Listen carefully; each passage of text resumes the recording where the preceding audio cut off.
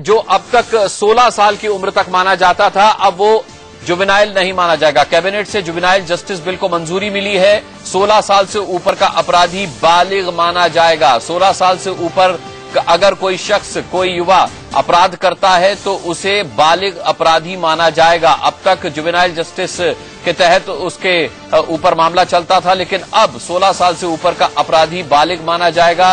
ये बहुत अहम बिल है जिसे कैबिनेट की मंजूरी मिली है। कैबिनेट से जुवेनाइल जस्टिस बिल को मंजूरी मिली है। क्या कहना चाहेंगे मीम अफजल साहब इस पर?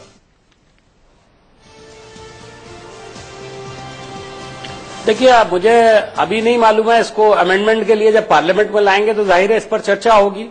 मैं अभी इस पर जाहिर है कि हम हमारे इस पर बाकायदा बैठ करके मीटिंग करके हम इस पर सब पहलुओं पर गौर करेंगे। ये बहुत पुराना मसला है और इस पर बड़ी डिवाइडेड ओपिनियन है और मैं समझता हूं कि इस वक्त मैं इस पर कोई रिएक्शन देना ठीक नहीं समझूंगा। क्या शहनवाज जी आप रिएक्शन देना चाहेंगे इस पर? नहीं, ये बहुत दिनों से ये मांग थी कि खासकर निर्भया केस के बाद कि जो 16 साल का व्यक्ति भी अपराध करे वो इसलिए बच जाए कि उसकी उम्र 16 साल है। वो इस पर बड़ी राय अलग थी।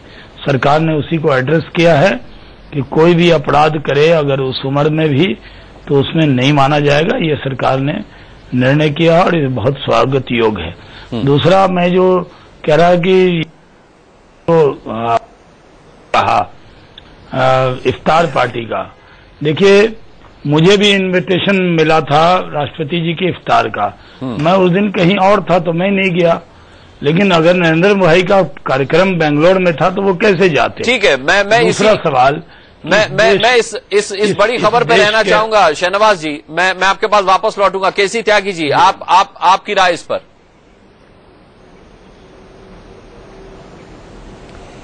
पिछले दिनों कुछ ऐसी घटनाएं प्रकाश में आई हैं कि बलात्कार के और मोलेस्टेशन के जो काफी केस हुए उसमें 16 साल के आसपास के बच्चे काफी ऊंचे पैमाने पर सक्रिय रहे। जैसे निर्भया कांड में भी एक बच्चा था, वो सक्रिय रहे। तो ये जज के विवेक पर छोड़ देना चाहिए और जो स्थापित मान्यता थी कि उसको ज्वेलन समझ करके माफ कर देना चाहिए, तो उसमें जो संशोधन किया है, मैं चाहता हूं कि इस पर बहस संसद में हो। लेकिन अपराध अपराध है और ये जो जज महोदय इस पर निर्णय देंगे वो इस बात का ध्यान न रखें कि उसकी उम्र कितनी थी। जघन्य अगर अपराध है तो उसको सजा का हकदार होना चाहिए।